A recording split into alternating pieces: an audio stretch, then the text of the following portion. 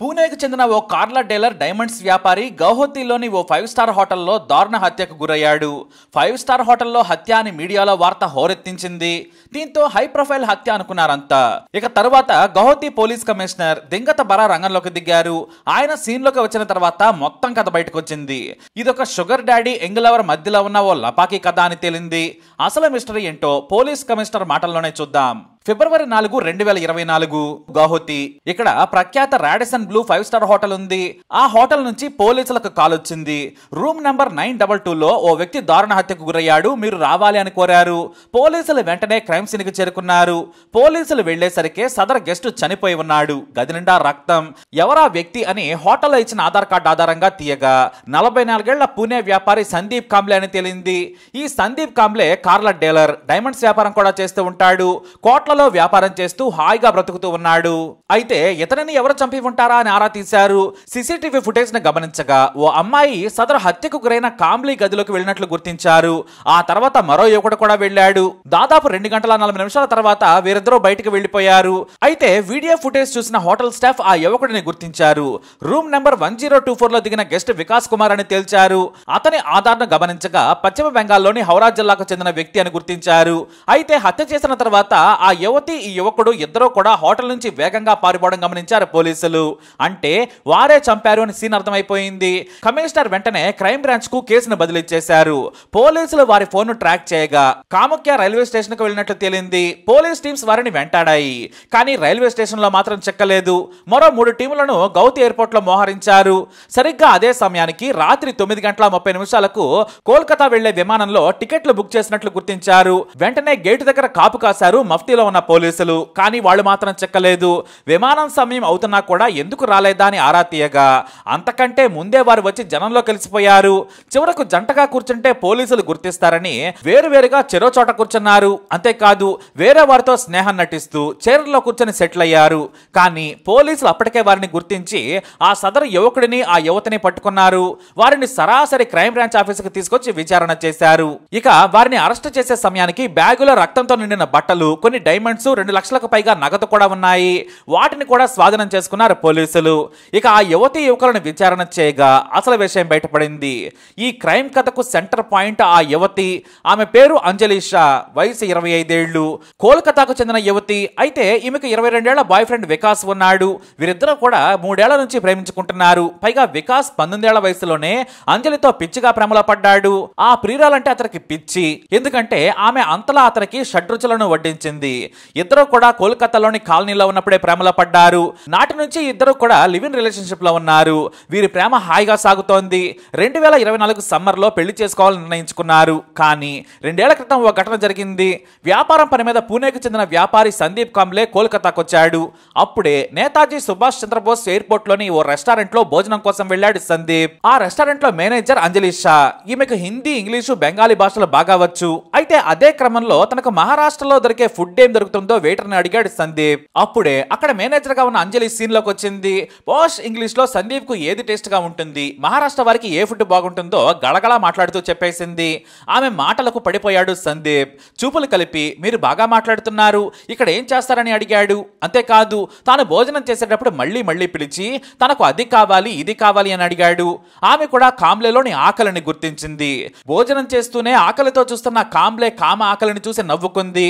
చివరకు తన visiting card ఆమెకి ఇచ్చాడు. డైరెక్ట్ గా మీ నంబర్ ఇస్తారని మొహమాటం లేకుండా అడిగేశాడు.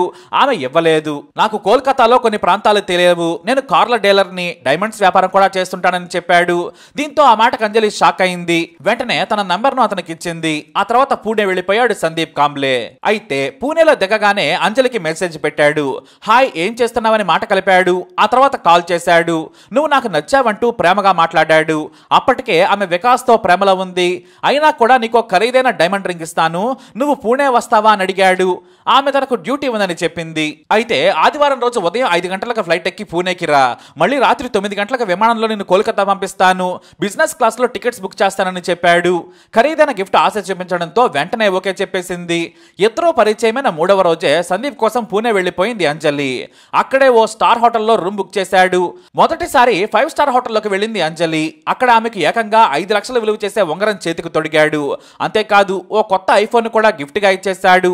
అంతే, ఇక సందీప్ కు కావాల్సింది కూడా ఇచ్చేసింది అంజలి. ఆ రోజు స్టార్ హోటల్లోనే 3 రోజులు ఇద్దరు తెగ ఎంజాయ్ చేసేశారు. ఇద్దరు అలసిపోయేంత వరకు, బోర్ కొట్టే వరకు ఎంజాయ్ చేశారు. అక్కడ నుంచి వారి ఫ్రెండ్షిప్ బాగా కొనసాగింది. ఎప్పుడు ఏ అవసరం వచ్చినా సరే డబ్బులు బాగానే లాగేసేది. అంటే కాస్త ఈ జనరేషన్ కు అర్థమయ్యేలా చెప్పాలంటే సందీప్ ఆమెకు షుగర్ డాడీ అన్నమాట. ఇటు వికాస్ యంగ్ లవర్, అటు సందీప్ తో ఇటు వికాస్ తో ఏకకాలంలో ఎంజాయ్ చేయడం స్టార్ట్ చేసింది. డబ్బు కోసం సందీప్ తో తిరిగేది. అలాగే భవిష్యత్తులో పెళ్లి చేసుకోవడానికి వికాస్ తో ప్రేమాయణం నడిపింది. అయితే ఆ విషయంలో మాత్రం ఇద్దరితో ఎంజాయ్ చేసేది. ఇక తనకు బిజినెస్ అవసరం లేకున్నా కూడా కోల్కతాకి నెలకు 4 సార్లు వచ్చేవాడు సందీప్. ఎయిర్పోర్ట్ కు దగ్గరలోని స్టార్ హోటల్లో గదిని బుక్ చేసి అంజలిని పిలిపించుకునేవాడు. అంజలికి మార్నింగ్ డ్యూటీ ఉంటే మధ్యాహ్నం వరకు కోల్కతాకు చేరుకునేవాడు. ఇక అంజలి మధ్యాహ్నం షిఫ్ట్ అయిపోగానే సందీప్ కోసం స్టార్ హోటల్ కి క్యాబ్ లో చేరుకునేది. బాగానే లక్షలు లాగేసింది అంజలి. ఇటు సందీప్ కు ఎప్పుడంటే అప్పుడు, ఎలా అంటే అలా మొత్తాన్ని పనిచేసేది. అయితే సందీప్ ఇక్కడే ఓ తప్పు చేశాడు. ఆ సుఖం అతనికి జీవితాంతం కావాలనుకున్నాడు. అప్పటికే తనకు భార్య, 13 ఏళ్ల కొడుకు ఉన్నారని మరిచిపోయాడు. సరే, వారు ఉన్నా కూడా అంజలి తనకే కావాలనుకున్నాడు. ఆమెతో శృంగారం చేసిన తర్వాత ఓ రోజు తన మనసులో మాటను చెప్పేశాడు సందీప్. నువ్వంటే నాకు పిచ్చి, నిన్ను విడిచి నేను ఒక్కరోజు కూడా ఉండలేను, నన్ను పెళ్లి చేసుకోమని ఓ రింగును చేతికి తొడిగాడు. ఆ రింగ్ కూడా డైమండ్ దే. రింగ్ వేలికే ఉంచుకుంది, కానీ నో చెప్పేసింది. నాకు బాయ్ ఫ్రెండ్ ఉన్నాడు, అతని పేరు వికాస్, నేను అతన్నే పెళ్లి చేసుకుంటాను, కావాలంటే నీకు శృంగారం ఇస్తానని చెప్పింది. కానీ సందీప్ మాత్రం ఊరుకోలేదు. నాకు నువ్వు కావాలి, అతన్ని వదిలి నీకు ఓ 1 కోటి రూపాయలు ఇస్తాను, అదే డబ్బును అతనికి ఇచ్చేయి, నేను వదిలేస్తాడని అశుభ లగ్నం కథ చెప్పాడు. కానీ అంజలి మాత్రం వద్దని చెప్పింది. నేను ప్రాణంగా ప్రేమించాను, మీతో నేను ఎలా లొంగిపోయానో నాకు ఇప్పటికీ తెలియదు, కానీ నాకు వికాస్ కావాలని చెప్పింది. దీంతో సందీప్ హట్ అయ్యాడు. నువ్వు నాకు కావాలి, నన్ను పెళ్లి చేసుకో, పూణేలో పెద్ద బంగళా, కారు, 2 పని వాళ్లతో నిన్ను పోషిస్తాను, నీకు జీవితం మొత్తం హాయిగా బ్రతికేంత డబ్బుని అకౌంట్లో వేస్తానన్నాడు. కానీ అంజలి మాత్రం నీకు ఎన్నాళ్ళైనా నా నుంచి కావాల్సింది తీసుకో, పెళ్లి మాత్రం అతనితోనే అని చెప్పింది. ముసలోడితో జీవితం పెద్దగా ఆమెకు నచ్చలేదు. ప్రియుడితోనే ఎంజాయ్ కావాలనుకుంది. పైగా తనకు కావాల్సినంత డబ్బును అప్పటికే లాగేసింది. అది చాలనుకుంది అంజలి. సందీప్ మాత్రం ఆమెపై పిచ్చి పెంచుకున్నాడు. అంజలి అడగగానే డబ్బిచ్చింది కూడా ఎప్పటికైనా నాతోనే ఉంటుందిలే అన్న ఉద్దేశంతోనే. తన వ్యాపారాన్ని కింది ఉద్యోగస్తులకు అప్పగించి కోల్కతాలోనే వారంలో 2 రోజులు గడిపేవాడు. శనివారం సాయంత్రానికి కోల్కతా చేరుకునేవాడు. మంగళవారం ఉదయం 10 గంటల వరకు పూణేకు విమానంలో వెళ్లిపోయేవాడు. అంజలితో ఎంజాయ్ చేసేవాడు. ఆమె కూడా ఎప్పుడంటే అప్పుడు పిలవగానే హోటల్ బెడ్ పై వాలిపోయేది. అతనికి కావాల్సింది విచ్చలవిడిగా ఇచ్చేసి లక్షల్లో డబ్బు తీసుకునేది. అయితే కొన్నాళ్ళగా సందీప్ అప్సెట్ అయ్యాడు. తనకు అంజలి దక్కదేమో అని మానసికంగా వేదనకు గురయ్యాడు. నువ్వు నాకు కావాలంతే అంటూ మంకుపట్టుబట్టాడు. కానీ అంజలి మాత్రం రిజెక్ట్ చేస్తూనే వచ్చింది. ఎంత డబ్బు ఆశ పెట్టినా కూడా రానని చెప్పింది. కావాలంటే షుగర్ డాడీలా ఉండు అంతే, కానీ నా భర్తగా మాత్రం వికాసే కావాలి, నేను అతనితో పిల్లలను కంటానని చెప్పింది. దీంతో ఆమె మీద కోపం పెంచుకున్నాడు. నువ్వుగా నన్ను పెళ్లి చేసుకోకపోతే నాతో చేస్తున్న సమయంలో తీసిన వీడియోలు, ఫోటోలు వికాస్ కు పంపిస్తాను అని అంజలిని బ్లాక్ మెయిల్ చేశాడు. నువ్వు నన్ను పెళ్లి చేసుకోకుంటే నీకు కూడా పెళ్లి కాకుండా చేస్తానన్నాడు. వద్దని అంజలి ప్రాధేయపడింది. కానీ సందీప్ మాత్రం వినలేదు. చివరకు సందీప్ ఫోన్ కాల్స్ కు రిప్లై ఇవ్వడం కూడా మానేసింది.